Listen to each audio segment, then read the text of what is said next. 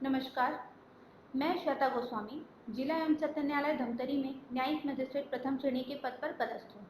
जैसा कि हम सभी जानते हैं कि हमारे समाज में महिलाओं के विरुद्ध हो रहे अपराधों में दिन प्रतिदिन वृद्धि हो रही है, जिसका एक मुख्य कारण यह भी है कि महिलाएं अपने विधिक अधिकारों के प्रति सजग नहीं हैं। देश में बढ़ते हुए अपराधों को देखते हुए छत्तीसगढ़ राज्य विधिक सेवा प्राधिकरण बिलासपुर के द्वारा ई प्लेटफॉर्म के माध्यम से जन चेतना अभियान चलाया जा रहा है, जिसका मुख्य उद्देश्य ज़्यादा से ज़्यादा लोगों को विधिक सहायता प्रदान करना है, ताकि कोई भी व्यक्ति अथवा वर्ग न्याय से वंचित ना रहे। आज मैं आपके सामने जन चेतना अभियान के अंतर्गत महिलाओं के विरुद्ध हो रहे अपराधों के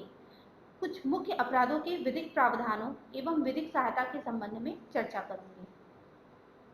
सबसे पहले हम भारतीय दंड संहिता की धारा 498 क के बारे में बात करेंगे। धारा 498 क के अनुसार यदि कोई व्यक्ति किसी स्त्री का पति या पति का नातेदार होते हुए उस स्त्री के साथ क्रूरता करता है,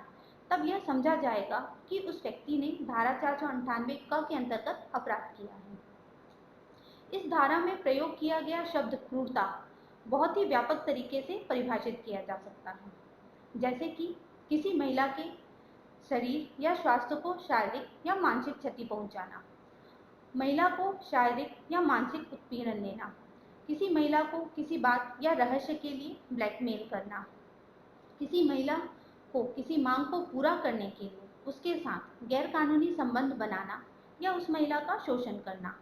अथवा महिला को दहेज के लिए परेशान करना भी क्रूरता के अंतर्गत आता है। अब हम देखेंगे कि धारा 498 क के अंतर्गत परिवाद कौन दायर कर सकता है। भारतीय दंड संहिता की धारा 498 क के अपराधों में पीड़ित स्वयं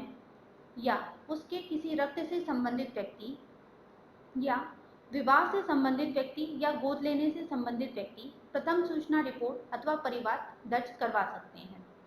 यदि ऐसा कोई रिश्तेदार उस समय उपस्थित नहीं है, तब राज्य सरकार द्वारा प्राधिकृत संस्था के द्वारा भी शिकायत अथवा रिपोर्ट दर्ज की जा सकती है। अब हम देखते हैं कि धारा 498 क के तहत शिकायत कब तक दर्ज करवाई जा सकती है। यदि किसी व्यक्ति को यह ज्ञात होता है कि किसी महिला के विरुद्ध धारा 498 क के अंतर्गत अपराध किया जा रहा है, तब वह व्यक्ति स्वयं अथवा पीड़िता घटना के 3 वर्ष के भीतर पुलिस थाने में शिकायत दर्ज करवा सकती है। इसके साथ ही साथ उक्त घटना की सूचना सखी वन स्टॉप सेंटर में भी दी जा सकती है, जो कि मुख्य रूप से महिलाओं के विरुद्ध हो रहे अपराधों के संबंध में ही कार्य करती है। धारा 498 क का अपराध गंभीर एवं अजमानती प्रकृति का है तथा यदि कोई व्यक्ति इस धारा के अंतर्गत दोषी पाया जाता है, तो उसे 3 वर्ष तक के कारावास की सजा एवं जुर्माने के दंड से भी दंडित किया जा सकता है। अब हम महिलाओं के विरुद्ध हो रहे अन्य अपराध दहेज मृत्यु के बारे में चर्चा करेंगे, जो कि धारा 498 क का ही घातक परिणाम है। दहेज मृत्यु को भारतीय दंड संहिता की धारा 304 बी में बताया गया है, जिसके अनुसार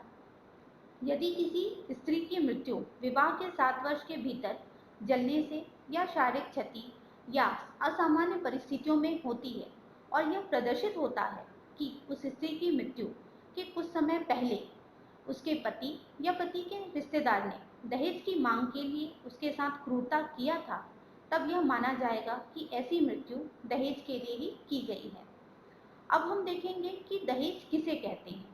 विवाह के पहले या विवाह के बाद विवाह के होने के लिए एक पक्ष के द्वारा दूसरे पक्ष को दी जाने वाली मूल्यवान प्रतिभूति या संपत्ति दहेज के अंतर्गत आती है।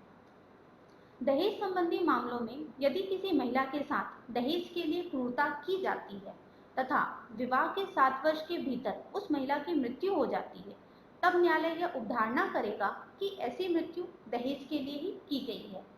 यदि दहेज संबंधी मामले में अभियुक्त को दोषी पाया जाता है, तो उसे 7 वर्ष तक के कारावास की सजा एवं जुर्माने से भी दंडित किया जा सकता है। मैं आशा करती हूँ कि मेरे द्वारा दी गई जानकारी आपके लिए लाभदायक होगी तथा आप इसे अधिक से अधिक लोगों तक पहुँचाएंगे। धन्यवाद।